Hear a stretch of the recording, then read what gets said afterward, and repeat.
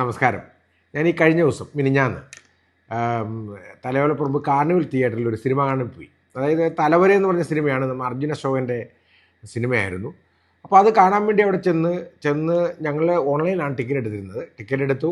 അവിടെ ചെന്ന് ഞങ്ങൾ കയറാനായിട്ട് അതിന് സമയമായിരുന്നു. അപ്പോൾ കയറാൻ ചെന്നപ്പോഴത്തേന് ടിക്കറ്റിൻ്റെ കൗണ്ടറിൽ നിൽക്കുന്ന ആൾ, ടിക്കറ്റ് കൗണ്ടറിലല്ല ശരിക്കും എൻട്രി കൗണ്ടറിൽ നിൽക്കുന്ന ആൾ പറഞ്ഞു, ഇങ്ങനെ ആളായിട്ടില്ല, നിങ്ങൾ 5 പേര് മാത്രമേ, ഞങ്ങൾ 5 പേരാണ്, ഞാനും വൈഫും 3 കുട്ടികളുമാണ് പോയത്. അപ്പോൾ അവർ പറഞ്ഞു ഇങ്ങനെ ആളായിട്ടില്ല, കുറച്ചുകൂടെ ആൾ വന്നാൽ മാത്രമേ ഞങ്ങൾക്ക് വലിയ തിയേറ്ററിലാണ്, അതുകൊണ്ട് ഷോ ഓടിക്കുള്ളൂ, അല്ലെങ്കിൽ ഓടിക്കില്ല. അപ്പം ഞാൻ പറഞ്ഞു എന്നാൽ അപ്പം അതിൻ്റെ ലക്ഷണമൊന്നും കാണുന്നില്ല, വേറെ പുതിയതായിട്ട് ആളൊന്നും വരുന്നതായിട്ടൊന്നും കാണുന്നില്ല. അപ്പോൾ ഞാൻ പറഞ്ഞു എന്നാൽ അടുത്തത് ഏതാ ഉള്ളത്, ഏത് സിനിമയാണ് ഉള്ളത്? അപ്പോൾ അവിടെ എന്താ ക്രൈം ഫയൽ എന്ന് പറഞ്ഞിട്ട്, എനിക്ക് തോന്നുന്നത് മമ്മൂട്ടിയുടെ മരുമോൻ്റെ ആണെന്ന് തോന്നുന്നു. ക്രൈം ഫയൽ എന്ന് പറഞ്ഞൊരു സിനിമ ഉണ്ട്, അത് അതിൽ കയറാവോ എന്നോട് ചോദിച്ചു. അപ്പം ഞാൻ പറഞ്ഞു അതിന് കയറാം, ഇപ്പം ഇനി വേറെ വഴിയൊന്നുമില്ലല്ലോ. അപ്പം നമ്മൾ ഓൾറെഡി എടുത്തതാണെങ്കിൽ പോലും ന്യായമായി നമുക്കത് കാണണമെങ്കിൽ പോലും അവരുടെ അവസ്ഥ നമുക്ക് മനസ്സിലാവും. കാരണം അത്രയും ഒരു തിയേറ്ററിനകത്ത് അവർക്ക് എക്കണോമിക്കൽ ആകില്ലെങ്കിലും പിന്നെ നമ്മൾ നിർബന്ധിക്കുന്നത് ശരിയല്ലോ എന്ന് വിചാരിച്ചിട്ട് ഞങ്ങളത് പിന്നെ അതിൻ്റെ അതിൽ തന്നെയുള്ള ഒരു 3 തിയേറ്ററിൻ്റെ സമുച്ചയമാണ് തലയോലപ്പറമ്പ് കാർണിവൽ തിയേറ്റേഴ്സ് എന്ന് പറയുന്നത്.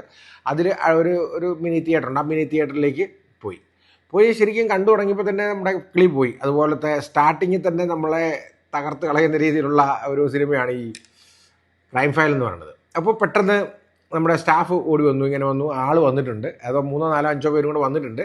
അപ്പോൾ ആ ഫിലിം, അതായത് നമ്മുടെ തലവര ഓടിക്കാമെന്നുള്ള തീരുമാനത്തിലേക്ക് നമ്മുടെ തിയേറ്റർ മാനേജ്മെൻറ്റ് എത്തി.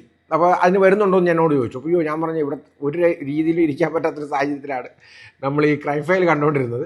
പെട്ടെന്ന് ഞങ്ങൾ ഈ ആശ്വാസത്തോടെ ഞങ്ങൾ താഴേക്ക് പോയി നമ്മൾ തലവരയ്ക്ക് കയറുമ്പോൾ നമ്മൾ എന്താണ് പറയുക, നമുക്കൊരു സ്റ്റാർട്ടിങ് മുതൽ ആ സിനിമയുടെ ആരംഭം മുതൽ വളരെ ഇൻട്രസ്റ്റിംഗ് ആയ ഒരു ഫിലിമാണെന്ന് തുടക്കത്തിൽ തന്നെ നമുക്ക് മനസ്സിലാവും. ഏകദേശം ഒരു സിനിമ നമ്മൾ കണ്ടു തുടങ്ങുമ്പോൾ തന്നെ അതിൻ്റെ ഒരു സംവിധായകൻ്റെ ഒരു കഴിവും അതുപോലെ തന്നെ അത് എടുത്തിരിക്കുന്ന രീതിയൊക്കെ നമുക്ക് മനസ്സിലാകുമ്പോൾ തന്നെ നമുക്ക് ഏകദേശം ഒരു ധാരണ വരും. ചില സിനിമകൾക്ക് ചിലപ്പോൾ ക്ലൈമാക്സിലൊക്കെ വരുമ്പോൾ ചില മിസ്റ്റേക്കുകളൊക്കെ സംഭവിച്ചേക്കാം എന്നുള്ളെങ്കിലും അതിൻ്റെ ആ ഒരു മെത്തേഡ് ഓഫ് പിന്നെ ആ ഒരു ഡയറക്ഷൻ അത് നമുക്ക് തുടക്കത്തിൽ തന്നെ ഏകദേശം മനസ്സിലാവും. അപ്പോൾ ഒരു ഇൻട്രസ്റ്റിംഗ് ആയ ഫിലിമായി.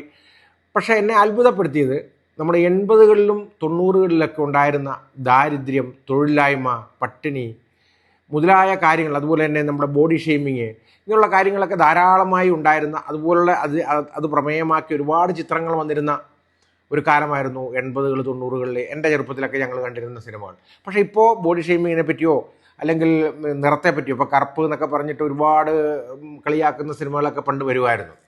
കരിഞ്ഞുപോയി അല്ലെങ്കിൽ അങ്ങനെയൊക്കെ കേട്ടിട്ടുണ്ടാവുമല്ലോ. പക്ഷേ അങ്ങനെയുള്ള ഒരു അവസ്ഥയിൽ നിന്ന് നമുക്ക് ഈ ഒരു പുതിയ കാലത്ത്, അതായത് 2025 കാലഘട്ടത്തിൽ നമുക്കൊരിക്കലും ബോഡി ഷേമിങ്ങിനെ പറ്റിയോ അല്ലെങ്കിൽ ദാരിദ്ര്യത്തെ പറ്റിയോ തൊഴിലില്ലായ്മയെ പറ്റിയോ പ്രമേയമാക്കി ഒരു സിനിമ എടുത്ത് വിജയിപ്പിക്കുക എന്ന് പറയുന്നത് അസംഭവ്യമായ കാര്യമാണ്. ഇത് സംഭവിച്ചിരിക്കുന്നത് ഈ 3 പ്രമേയങ്ങളാണ് ഇതിനകത്ത് അടിസ്ഥാനപരമായി: തൊഴിലില്ലായ്മ, ഒപ്പം പട്ടിണി, ദാരിദ്ര്യം, ബോഡി ഷെയ്മിങ്. ഈ ഒരു കാര്യത്തെ പ്രമേയമാക്കി അവതരിപ്പിച്ചിരിക്കുന്ന തലവര അത്യപൂർവമായി നമ്മുടെ ഈ കാലത്ത് കാണപ്പെടുന്നൊരു സിനിമയാണ്. എല്ലാ ആൾക്കാരും പരമാവധി അത് കാണണമെന്ന് ഞാൻ ആഗ്രഹിക്കുന്നു. കാരണം മഹേഷ് നാരായണൻ എന്നാണെന്ന് തോന്നുന്നു അതിൻ്റെ സംവിധായകൻ. അപ്പോൾ സോറി കേട്ടോ, മഹേഷ് നാരായണൻ പ്രൊഡക്ഷനാണ്.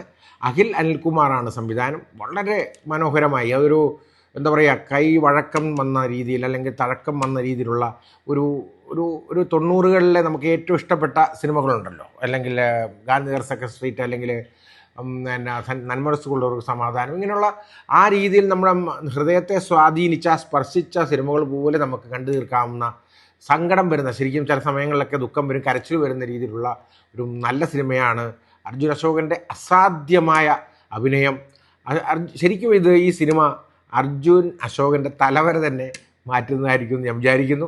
കാരണം ഇതിനെ പറ്റി ഒരു നല്ല വാക്ക് പറയുമ്പോൾ, നല്ല കാര്യങ്ങൾ കാണുമ്പോൾ നമ്മൾ നല്ലത് പറയണമല്ലോ, അതിനുവേണ്ടി മാത്രമാണ് ഇത് ഞാൻ പോസ്റ്റ് ചെയ്യുന്നത്.